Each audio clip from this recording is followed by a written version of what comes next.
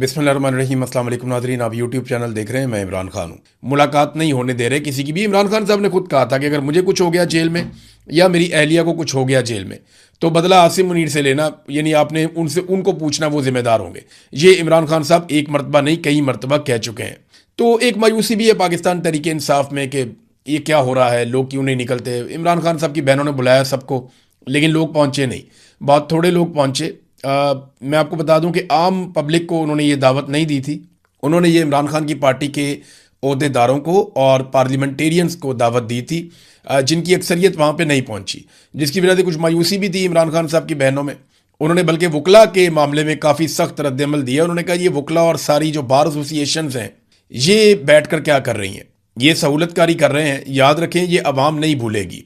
जो जो इन चोरों का, इन गद्दारों का, इन जालिमों का साथ दे रहा है, अवाम उन्हें नहीं भूलेगी। और वो कहना बेचारी चाहती हैं बहुत कुछ इमरान खान की बहनें, लेकिन पॉलिटिकली आपको पता है कि उनके ऊपर एकदम इल्ज़ामात की बौछार हो जाती है और वो नहीं चाहती कि इमरान खान साहब की पार्टी के अंदर मज़ीद डिवाइड पैदा हो या पाकिस्तानी अवाम इमरान खान साहब की पार्टी के ऊपर ज़्यादा तनकीद करें। लेकिन हकीकत यही है कि पार्टी को जिस तरह खड़े होना चाहिए था वो उस तरह खड़े नहीं हुए। और उसके पीछे एक रीज़न ये है कि पॉलिटिकल पार्टियों से लड़ने के लिए ट्रेंड होती हैं, कोई ट्रेंड फौज के साथ लड़ने के लिए उनकी तैयारी नहीं होती। तो यहाँ पे तो पाकिस्तान की मिलिट्री एस्टेब्लिशमेंट ने अपना सारा कुछ ही दाव पे लगा लिया। आज से पहले इतना खुलकर कभी पाकिस्तान की मिलिट्री एस्टेब्लिशमेंट अपनी बंदूक के साथ मैदान में नहीं आई जितना खुलकर इस मरतबा वो मैदान में आए।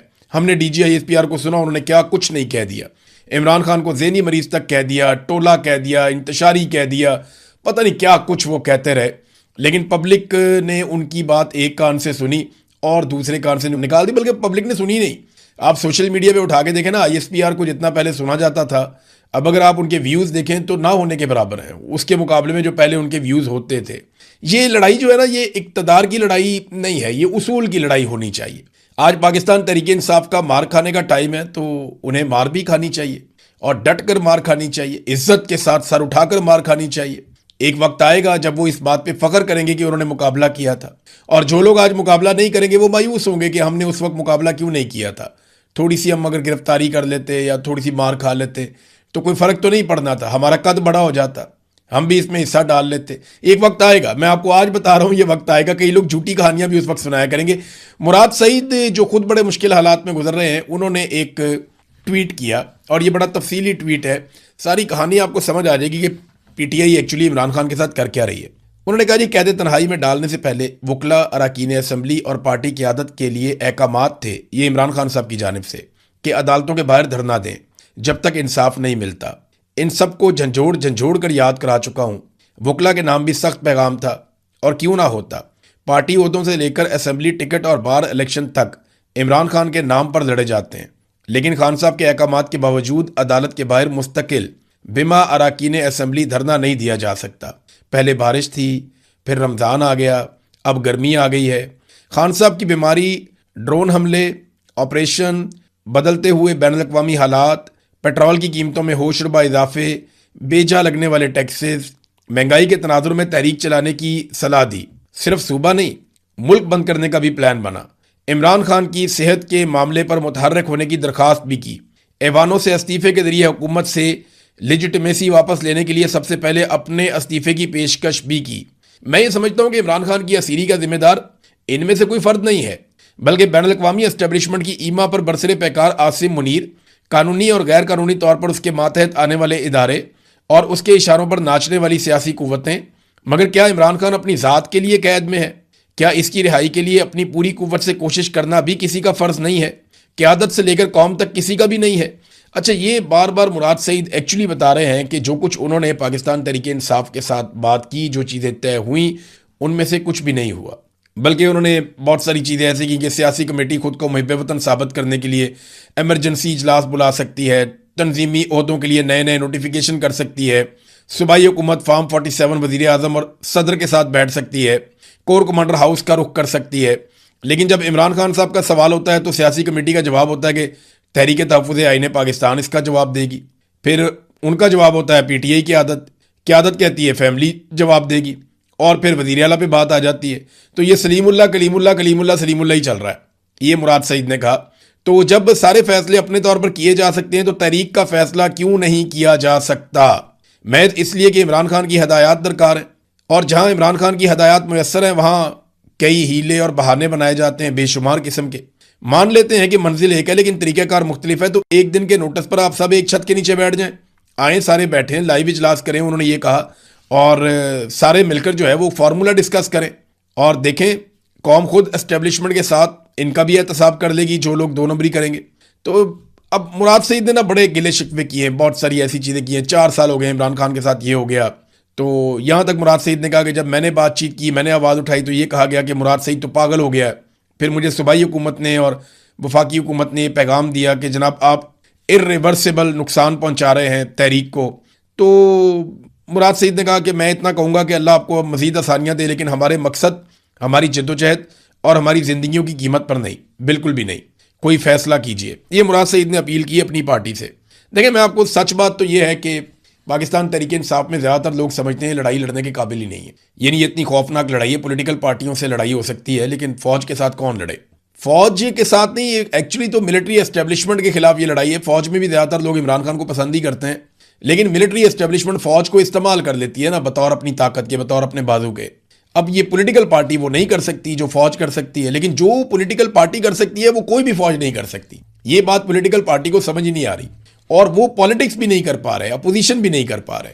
ये उनका प्रॉब्लम है, वो डरे हुए हैं, सहमे हुए हैं बहुत सारे लोग। देखिए, ये मार खाने का टाइम है पाकिस्तान तहरीक इंसाफ का, तो उन्हें इज्जत के साथ मार खानी चाहिए। वक्त बदल जाएगा, ये हमेशा ऐसा नहीं रहेगा, ये वक्त बदलेगा और किसी और तरह का वक्त आ जाएगा। इमरान खान मार खा रहा है वो इसलिए कि मिलिट्री एस्टेब्लिशमेंट को पाकिस्तान की सियासत से धकेल के बाहर निकालना चाहिए, और अगर ये काम हो गया, चाहे कोई भी पॉलिटिकल पार्टी करे, ये पाकिस्तान की एक बहुत बड़ी खिदमत होगी।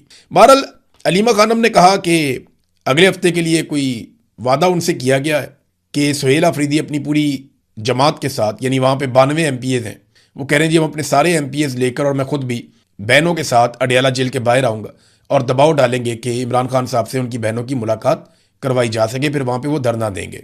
पंजाब वाले MPs भी अगर आ जाए, देखिए अगर पार्लियामेंटेरियंस वहाँ पे आते हैं और दबाव डालते हैं, शदीद तरीन बैनुल-अक़वामी खबर बनती है, वो वहाँ बैठ जाते हैं, चाहे उन पर तशद्दुद हो, उनको गिरफ्तार किया जाए, इतनी बड़ी तादाद में जब वो वहाँ पे होंगे तो आलमी सतह की खबर बनेगी और प्रेशर बढ़ेगा पाकिस्तान की मिलिट्री एस्टेब्लिशमेंट पे कि कोई मुलाकात करवाई जाए। और फिर मुमकिन है कि उस दिन ना हो तो उसके बाद मुलाकात हो जाए, तो ये बड़ा प्रेशर बन सकता है। नाज़रीन, पाकिस्तान से एक खबर और है, लेकिन उस खबर से पहले मैं आपको ये बता दूं कि ये जो सूबाई हुकूमत बनी है ना, सुहेल अफरीदी, इनकी कैबिनेट, ये मुराद सईद साहब की मर्जी से बनी है। यानी मुराद सईद के अपने लोग हैं, ये उनके बहुत ताल्लुक वाले लोग हैं, लेकिन मुराद सईद ने अब इन्हीं से गिला शिकवा किया। इसका मतलब ये है कि अब ये उस रस्ते पर कम से कम नहीं है जिस रस्ते पर मुराद सईद है। ये बज़ाहिर दिखाई दे रहा है मुराद सईद के गिले और शिकवे से। बहरहाल कोर कमांडर कॉन्फ्रेंस हुई पाकिस्तान में, और ये बड़ी इंपॉर्टेंट होती है, जब भी होती है इसमें से खबर निकलती है कि अब किस तरफ को मामला जा रहे हैं।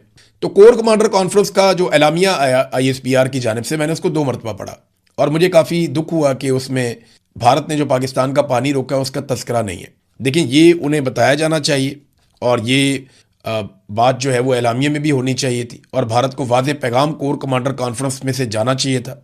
अक्सर पाकिस्तानियों को पैगाम दे दिया जाता है, अफगानियों को पैगाम दे दिया जाता है, भारतीयों को भी मार्का हक के बारे में पैगाम दिया गया, लेकिन जो बड़ा मसला है वो ये है कि भारत ने पाकिस्तान का पानी रोका हुआ अपने डैम भर रहा है, और ये पाकिस्तान के हिस्से का पानी है, ये भारत का नहीं है। तो कोर कमांडर कॉन्फ्रेंस के एलामिये के अंदर भारत की जानिब से पानी रोके जाने की ना सिर्फ मजम्मत होनी चाहिए थी, बल्कि फिलफौर पानी खोलने का मुतालबा होना चाहिए था, और इस पर पाकिस्तान की हुकूमत को एक बड़ा सख्त मौक़िफ़ लेना चाहिए। अब आ जाए नाज़रीन बैनुल-अक़वामी खबरों की तरफ। तो वहाँ पे पहले तो अमेरिका ने किया था ऑपरेशन एपिक फ्यूरी। अब उसके बारे में वो नाकाम हो गया। ऑपरेशन कामयाब होता तो पूरी दुनिया मान लेती, अमेरिकन मीडिया खुद मानता है, अमेरिकन खुद मानते हैं कि एपिक फ्यूरी एक नाकामी है और ईरान को उसके अंदर कामयाबी मिली है। ईरान ने साबित किया है कि वो मजबूत मुल्क है और इतने आराम से उस पर कब्जा नहीं किया जा सकता। अमेरिका अपना कोई भी हदफ हासिल नहीं कर सका। बिलाखिर जो अमरीकी वज़ीर ख़ारजा हैं मार्को रूबियो, उन्होंने स्टेटमेंट देते हुए इस बात का एतराफ़ किया कि ऑपरेशन एपिक फ्यूरी ख़त्म हो चुका है। और अब उसके बाद एक और ख़बर आई है, लेकिन उससे पहले मैं आपको मार्को रूबियो का स्टेटमेंट एक बता दूं। उन्होंने कहा जी आबना हुर्मुज़ ईरान की मलकियत नहीं है, ईरान को इसे बंद करने, बहरी जहाज़ तबाह करने और बारूदी सुरंगें बिछाने का कोई हक हासिल नहीं है। इस मसले को हल ना किया तो ये मामूल बन जाएगा। हम किसी सूरत ये तस्लीम नहीं कर सकते कि आबना हुर्मुज़ से गुजरने के लिए ईरानियों को टैक्स देना होगा। अगर ऐसा हुआ तो पूरी दुनिया में ये रवाज पड़ जाएगा। अक़वाम मुत्तहिदा समेत पूरी दुनिया को इसका बंदोबस्त करने के लिए हमारा साथ देना चाहिए। देखिए, मार्को रूबियो बात गलत नहीं कर रहे। ये अगर इस तरह टैक्स लेंगे ममालिक, तो फिर पहले भी बहुत सारे ममालिक ले रहे हैं, लेकिन वो उनके बीच में से जो जाता है रास्ता, वहां से वो ले रहे हैं। दोनों तरफ मुल्क है, बीच में रास्ता है, वहां से वो टैक्स ले रहे हैं। तुर्की भी एक जगह टैक्स लेता है बासफोरस पे, एक जगह पे ये स्वेज कैनाल है वहां पे टैक्स लेता है मिस्र, और जगहों पे भी टैक्सेस हैं दुनिया में। लेकिन बहुत सारी जगह जो हैं वो टैक्सेस के बगैर हैं। आपने हुर्मुज़ भी उन जगहों में से एक जगह थी, एक तरफ ओमान है, एक तरफ ईरान है, तो बीच में से यहाँ से जहाज गुजरते थे फ्रीली, कोई टैक्स नहीं था। मार्को रूबियो कहते हैं ये कैसे हो सकता है, वो वहाँ टैक्स लगा रहे हैं, फिर तो पूरी दुनिया ये सिलसिला शुरू कर देगी, ईरान का कोई हक नहीं यहाँ पे जहाज़ों को तबाह करे। तो उसूली तौर पर आप देखें तो ये बात एक तरह से ठीक है, लेकिन क्या अमेरिका को ये हक है कि वो जिस मर्जी मुल्क के ऊपर अटैक कर दे? बड़ा सवाल ये है कि ईरान ने ये काम क्यों किया? इससे पहले तो ईरान ने ये कभी नहीं किया था। ईरान ने ये काम पहली मरतबा किया, और तब किया जब ईरान की सरजमीन के ऊपर अमेरिका ने शदीद बमबारी की। इससे पहले अमेरिका इराक के ऊपर बदतरीन बमबारी कर चुका है।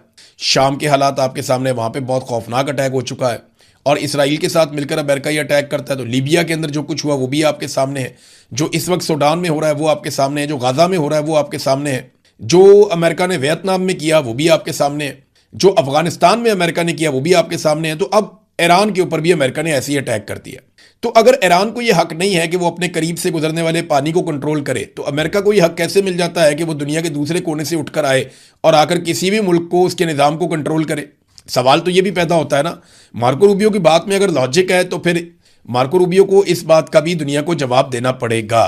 अब आ जाए नाज़रीन इस बात पे कि डोनाल्ड ट्रंप का ये जो मैंने आपको अभी कहा कि जो प्रोजेक्ट फ्रीडम है वो नाकाम हो गया, वो कैसे हुआ? 24 घंटे में डोनाल्ड ट्रंप को पता चल गया कि इससे वो अपने मकासद हासिल नहीं कर पाएंगे, और ईरानी जो है उनमें अभी भी कैपेसिटी है, वो यहां से जहाज़ों को नहीं गुजरने देंगे। डोनाल्ड ट्रंप का अंदाज़ा ये था, या उन्हें यह बताया गया था कि हम दुनिया भर के बहरी जहाज़ों को एक साथ कायल करेंगे, और हम अमेरिकन उनके साथ जुड़ेंगे, अपने जंगी जहाज़ों को भी लेंगे, अपनी फौजी ताकत को भी आसमान में रखेंगे, हमारे बहुत सारे हेलीकॉप्टर्स और बहुत सारे जहाज़ हवा में मौजूद रहेंगे, और बड़ी तेज़ी से हम मूव कराएंगे। सारी दुनिया जब हमारे साथ चलेगी तो ईरान के ऊपर प्रेशर आएगा, और हम ये अनाउंस कर देंगे हमने आपने हुर्मुज़ को खोल दिया, और ईरान दुनिया भर के बहरी जहाज़ों पे अटैक नहीं कर पाएगा। ये उनके दिमाग में था। लेकिन अमेरिका के ऊपर तजारती बहरी जहाज़ों के हमले ने एतबार ही नहीं किया। यानी अमेरिका अपनी क्रेडिबिलिटी खो चुका है, और इस वक्त ईरान की ज़बान के ऊपर ज़्यादा एतबार करती है दुनिया, क्योंकि ईरान ने करके दिखाया। डोनाल्ड ट्रंप बार बार अपनी बात से मुकर जाते हैं। अगर वहां पे जहाज तबाह हो जाएं, लोग मर जाएं, तो डोनाल्ड ट्रंप ने तो कल को हाथ जाड़ के कह देना है कि जनाब ये मिस हो गया था, तो अब हम दोबारा ठीक कर लेंगे, और अब ईरान के साथ फिर बातचीत हो रही है।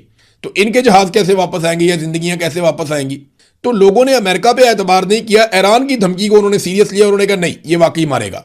और अभी ये इतला आई है, ये बरतानिया का एक सिस्टम है UKMTO, इन्होंने रिपोर्ट किया है कि एक बहरी जहाज के ऊपर अटैक हुआ, नामालूम हथियार से जहाज को निशाना बनाया गया। ये नहीं बताया कि किसने निशाना बनाया, कुछ लोग जख्मी हुए, ये भी इतला मिली है एक बहरी जहाज पे, लेकिन ये किसने बनाया, कैसे हुआ, इसके बारे में नहीं पता। बहरहाल अमेरिका का जो अंदाजा था एकदम बहुत बड़ा, वो जहाज़ों का रिवर लेके गुजर जाएंगे आपने हुर्मुज़ में से, और ईरान बेबस हो जाएगा, पूरी दुनिया के जहाज़ होंगे। वो अमेरिका कामयाब नहीं हुआ, और 24 घंटे के बाद नाकामी उनका मुंह चढ़ा रही थी, और आपने हुर्मुज़ जहाज़ों से खाली था। डोनाल्ड ट्रंप ने अपनी शर्मिंदगी मिटाने के लिए एक मरतबा फिर पाकिस्तान का कार्ड इस्तेमाल कर दिया। जब भी डोनाल्ड ट्रंप से कुछ गलत हो जाता ना, वो कहता है जी मुझे शहबाज शरीफ ने कहा, मुझे फील्ड मार्शल ने कहा, मुझे पाकिस्तान ने कहा, तो अब मैं ये करने जा रहा हूं। वो हर कमजोर चीज हमारे खाते में डाल देता है। ट्रंप ने कहा कि प्रोजेक्ट फ्रीडम को थोड़ी देर के लिए रोक दिया जाएगा, ताकि यह देखा जाए कि आया ईरान के साथ किसी मुआहदे को हतमी शक्ल दी जा सकती है और उस पर दस्तखत किए जा सकते हैं। पाकिस्तान और दीगर ममालिक की दरखास्त, ईरान के खिलाफ मुहिम के दौरान हमें हासिल होने वाली ज़बरदस्त अस्करी कामयाबी, और इस हकीकत के पेश नज़र कि ईरान के नुमाइंदों के साथ एक मुकम्मल और हतमी मुआहदे की जानिब बड़ी पेशरफ्त हुई है। वो कह रहे जी हमारा तो ईरान के साथ बड़ी ज़बरदस्त पेशरफ्त हो रही है। तो हमने बामी तौर पर इतफाक़ किया कि अगरचे नाकाबंदी नाफज रहेगी, जो पहले लगी हुई है नाकाबंदी, वो हम जारी रखेंगे, ताहम प्रोजेक्ट फ्रीडम, ये 24 घंटे के अंदर अंदर डोनाल्ड ट्रंप ने कह दिया, आपने हुर्मुज़ से जहाज़ों की नकलो हरकत को मुख्तसर मुद्दत के लिए रोक दिया जाए, ताकि ये देखा जा सके कि आया इस मुआहदे को हतमी शक्ल देकर दस्तखत किए जा सकते हैं या नहीं। ये ट्रंप ने कहा जनाब कि हम इस ऑपरेशन को भी रोक रहे हैं। पहले ऑपरेशन एपिक फ्यूरी नाकाम हो गया, खत्म हो गया, अब प्रोजेक्ट फ्रीडम जो है वो भी नाकाम हो गया, और डोनाल्ड ट्रंप ने उसे खत्म कर दिया, उसका ऐलान कर दिया। दावा यह किया कि ईरान के साथ हमारे कोई मुज़ाकरात बड़े कामयाब हो गए। अब यहां पे आप ईरानी सदर का स्टेटमेंट सुने, ताकि आपको आइडिया हो जाए कि क्या वाकई मुज़ाकरात कामयाब हो रहे हैं। तो ईरानी सदर डॉक्टर मसूद पशकियान ने कहा कि ईरान पर अमेरिका के मुतालबात नामुमकिन हैं।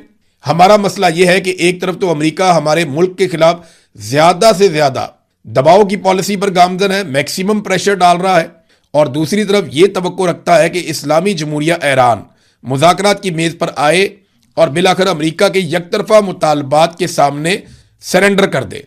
जबकि इस तरह की मसावात नामुमकिन, यानी ये नहीं हो सकता, ये नामुमकिन है, ये नामुमकिन है, 2 मरतबा उन्होंने कहा। एक तरफ ईरानी सदर कह रहे हैं कि अमेरिकन मुतालबात को तस्लीम करना नामुमकिन है, दूसरी तरफ डोनाल्ड ट्रंप अपनी खिफत ऐसा लगता है कि मिटा रहे हैं और वो ये कह रहे हैं कि जनाब पाकिस्तान के कहने पे क्योंकि बहुत बड़ी कामयाबी हो गई मुज़ाकरात में, लिहाजा हम प्रोजेक्ट फ्रीडम मनसूख कर रहे हैं या उसको रोक रहे हैं। ये नादरीन हालात पैदा हो गए डोनाल्ड ट्रंप के लिए। एक और नादरीन यहाँ पे खबर है, और वो खबर है जो ईरानी मीडिया है ना, जो सरकारी मीडिया है, उन्होंने डोनाल्ड ट्रंप के स्टेटमेंट के ऊपर एक रद्द अमल जारी किया है ईरान की जानिब से। उन्होंने कहा जी कि आबनाए हुर्मस से निमटने में अमेरिका की नाकामियों के बाद डोनाल्ड ट्रंप ने नाम नेहाद प्रोजेक्ट फ्रीडम को मुअत्तल करने का ऐलान कर दिया है, जिसे उन्होंने बज़ाहिर इसलिए शुरू किया था कि जहाज आबनाए हुर्मस से गुजर सकें।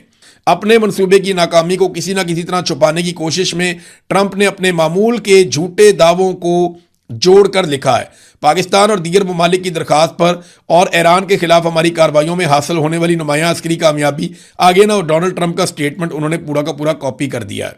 तो वो ये कह रहे हैं कि डोनाल्ड ट्रंप ने झूठ बोला, ऐसा कुछ नहीं हुआ, कोई ऐसी डेवलपमेंट नहीं हुई जिसकी बुनियाद के ऊपर डोनाल्ड ट्रंप इतना बड़ा दावा कर सके। नाज़रीन, ईरान ने खबरदार किया है कि आबनाए हुर्मस से गुजरने का जो वाहिद महफूज रास्ता है वो वही है, वही कॉरिडोर है जो ईरान ने मुकर्रर किया, वहीं से सारे जहाज़ों को गुजरना होगा। किसी और रास्ते से जहाज़ जाएंगे तो वो ख़तरे में होंगे और ईरानी नेवी जो है वो सख्त कार्रवाई भी करेगी। वैसे भी वहाँ पे बहुत सारी जगहों पे बारूदी सुरंगें हैं पानी के अंदर, और इतनी बारूदी सुरंगें हैं कि उनसे जहाज़ तबाह हो सकते हैं। लिहाजा जहाज़ों को उसी रास्ते पर आना होगा जो रास्ता ईरान जहाज़ों को बता रहा है। ये भी तो एक पंगा है ना, पानी में बेशुमार बारूदी सुरंगें उन्होंने बिछा दी हैं। अब वहाँ कोई भी जहाज़ अचानक टकरा जाए और वो फट जाए तो उससे जहाज़ को नुकसान हो जाएगा। लिहाजा इससे बचने के लिए उसी कॉरिडोर में आना पड़ेगा जिसका ईरान को पता है, और वहाँ पे बिल्कुल महफूज है पानी का रास्ता और वहाँ कोई नुकसान भी नहीं हो सकता। लिहाजा ईरान ने ये एक स्टेटमेंट दिया है। एक और चीज़ मैं आपको बताऊँ, जो गुज़िश्ता रात थी ना, एक तो ये अभी रात गुजरी है और एक इससे पिछली जो रात थी, उस रात को बहुत ज़्यादा मूवमेंट थी आबनाए हुर्मस के ऊपर। मिडल ईस्ट में अमरीकी तैयारे बहुत ज़्यादा गश्त कर रहे थे, बहुत ज़्यादा फिर रहे थे। लेकिन जो अभी रात गुजरी है इसमें कुछ ऐसा नहीं हुआ, इसमें बिल्कुल एक खामोशी थी, जो एक बड़ी अच्छी बात है। अमरीकी एयरफोर्स के 2 तैयारों के हवाले से ये इतला भी आई, ये टैंकर्स हैं, यानी ये फ्यूल